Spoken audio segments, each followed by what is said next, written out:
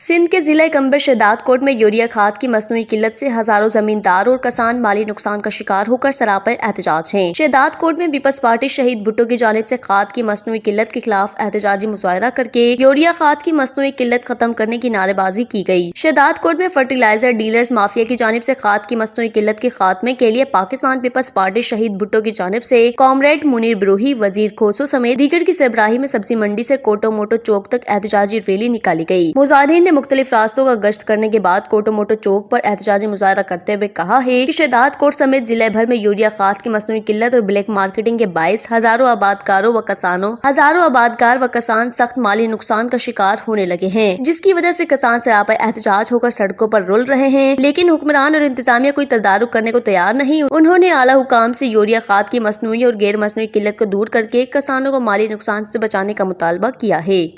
वर्ष news Shahdad coat.